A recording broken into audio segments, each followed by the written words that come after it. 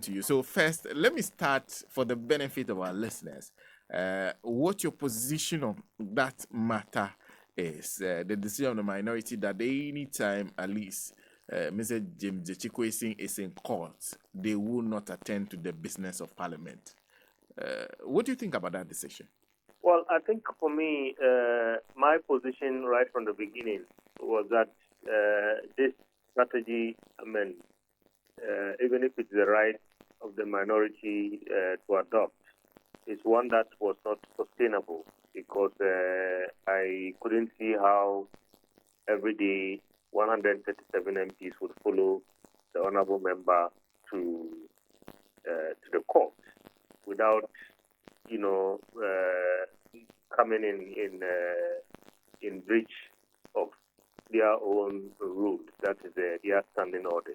Because, as was indicated by the Right Honorable Speaker subsequently, you need to be given permission to absent yourself from Parliament. Otherwise, once you move away, especially in this particular case, it's not that it has to do with a business item on the floor of the House during which the minority disagrees and then just walks out, as we have seen over the years by the two parties. But rather, this is a personal legal matter or matters faced by some members of their caucus. So, from the beginning, I thought that maybe a better strategy would have been maybe to have some core members of the caucus accompany those who are facing legal action, and then perhaps maybe the party can mobilize. Its supporters, and then they go to the court and provide whatever solidarity that is needed. But to have an entire caucus, move from Parliament to the court, I haven't seen that before, and I thought that perhaps maybe that was not a strategy that could last for long. So yesterday I was, pleased to hear that they have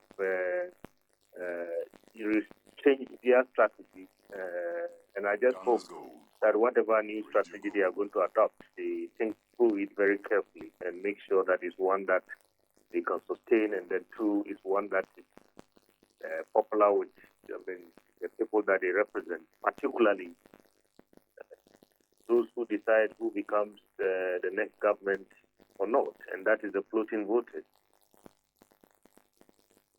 But did you expect that when they started this, it was going to affect quorum in Parliament? Yes, quorum was already affected even before this. Right from, I can start counting from the 5th Parliament under Joyce Bamford Ado, under Do Ajaho, Right Honorable, the 6th Parliament, the 7th Parliament under Right Honorable Michael Quay, and then now. Almost, this is like a weekly affair in terms of challenges with quorum, to the extent that, if you remember, some months back, even 3 of their members had to be dragged to the Privileges Committee and so on and so forth. So the challenges with quorum did not start with this boycott. And even during this boycott, as you can see, when you take your cameras into the House, it's not only the NDC side that is empty. I think the MPP side is more guilty because they haven't boycotted Parliament. They are the government that's in power. They are pushing for government business to be undertaken, yet we see their side also empty. So where are the members? Where are they? I think that's a question that the media has to continue to ask. Because you are not boycotting Parliament. You are supposed to be the group that represents the interests of government in Parliament, yet you don't show up in the House. So I think this matter of quorum is one that has bedeviled our Parliament one parliament after the other. And I have said, and let me repeat it here, that I cannot see the day when any of the members will be taken to the Privileges Committee and then found guilty and then expelled from Parliament and a by-election will take place. I mean, they are not going to do that. I mean, they will not look at their own and try to expel that person from Parliament. I don't think they have the will to do that. What could be done, and that is what happens in some countries, they have taken a kind of a realistic approach to dealing with this. They strike the individual member who absents himself where, it bites, a lot, and that is, cutting their allowances and even their salaries. The Scandinavian countries, you absent yourself, you lose some of your money. I think that perhaps this might be a realistic approach that can fight immediately, and that can get members to think twice anytime they are absenting themselves from Parliament. Well, instead of the majority answering the question you said we should be asking them, they have resorted to blaming the minority for their inability to form a quorum and do business in the House.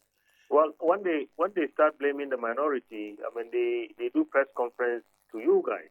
You should ask them the question. So, yes, the minority is guilty, but let's take the cameras into the House. Let's play back, the videos of the last 2 sittings or 3 sittings. And then at least the evidence will be there. It's not like you are saying it. The evidence will be there, and then let them answer the question. So when Honorable Anodom Preg, in his press conference, raises these issues, I think he should also answer the question about, the members from his side, particularly he's the whip. I think he should have, records of where all his members are.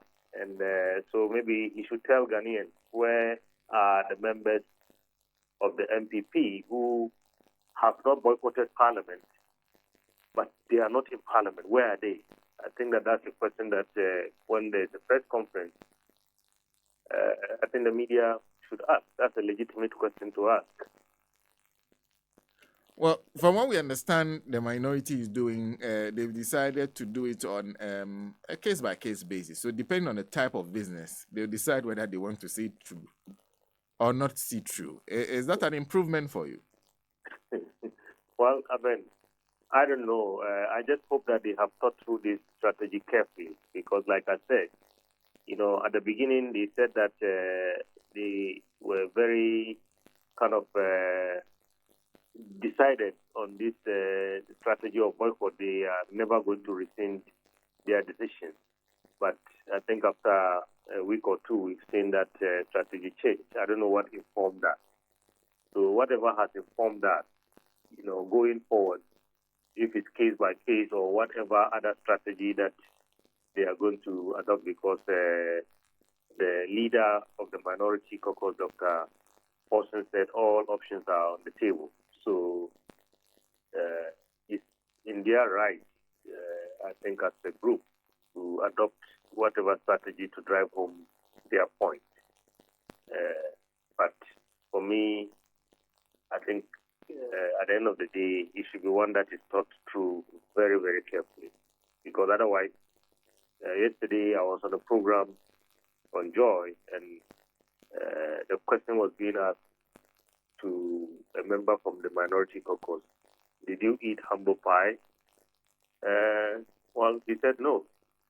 But if you start off by saying we are never going to agree and this is our strategy, and then later you change, people might interpret that to mean that you have eaten humble pie. And so the point I'm making here is that at the end of the day, I think whatever strategy they are going to adopt, they should just think through it very carefully and make sure that it's one, particularly that it's going to sit very well with those who decide whether they will become the next government or not.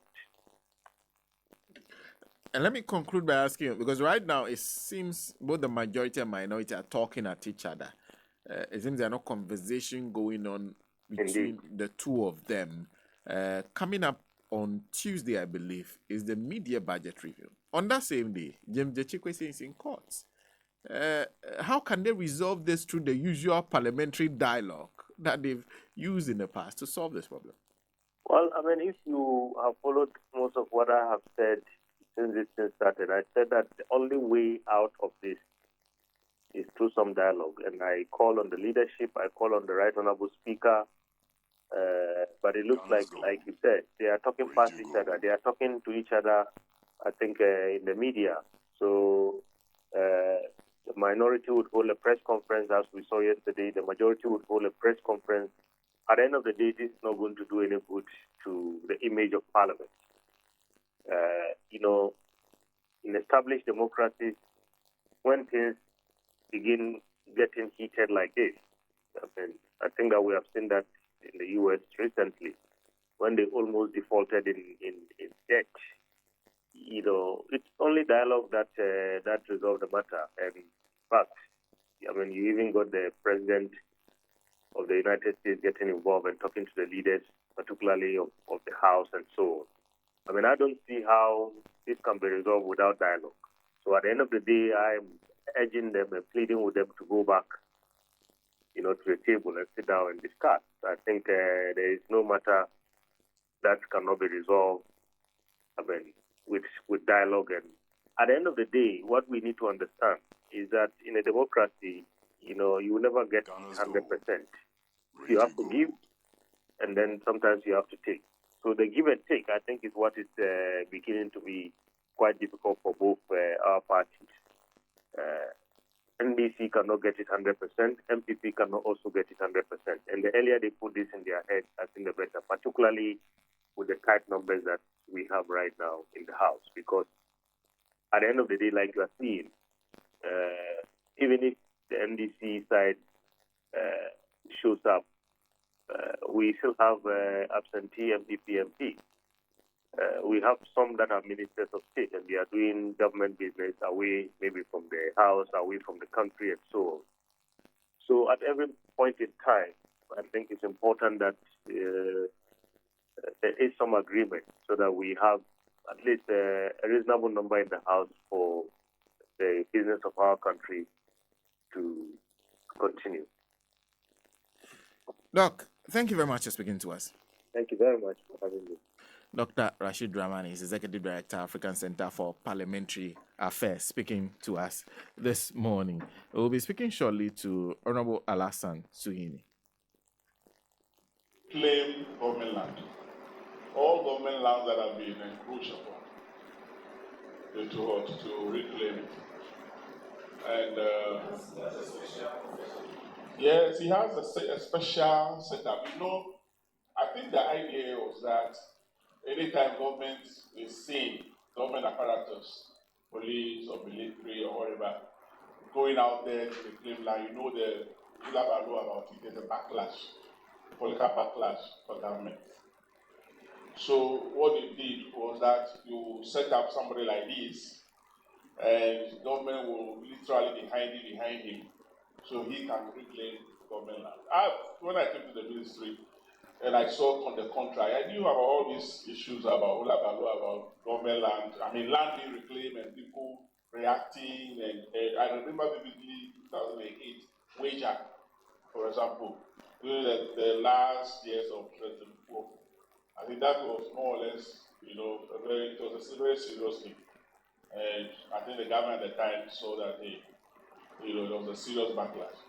So what they did was to set up this guy. I interrogated the setup of Yato. Yato works with the military. It's a squad. The military works with the national security and the staff of the police. Gunners go. He has the media. He has people in the judiciary. It's a whole setup. So for 11 years. Yes, and he's been doing that. Well, the person you heard in that audio is called Professor Agbesinyale. He is the Chief Director of the Ministry of Lands and Natural Resources. He was before the Parliamentary Committee on Lands and Forestry yesterday, and he wasn't happy about the claims that have been made in the media. Honorable Suhini is Deputy Ranking Member